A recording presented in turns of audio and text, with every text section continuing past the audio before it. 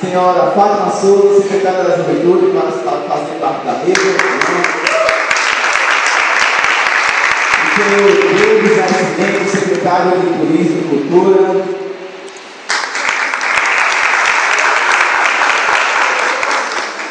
Senhora Deise Alexandra, diretora da Secretaria da Juventude.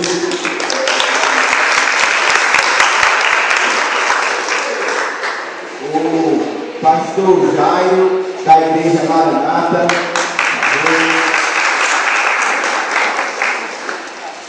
O professor do curso de Informática, do Conecta Jovem, o Edson Davi.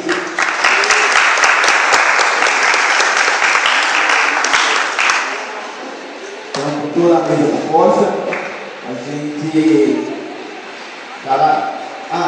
convidamos aí para participar da mesa o nosso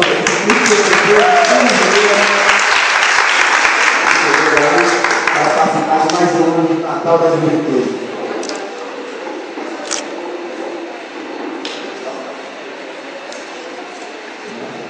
Então, para darmos início a esse nosso momento de alegria, momento de confraternização natalino, convidamos a irmã Sula da Igreja Maranata para fazer o seu louvor inicial aqui para todos nós.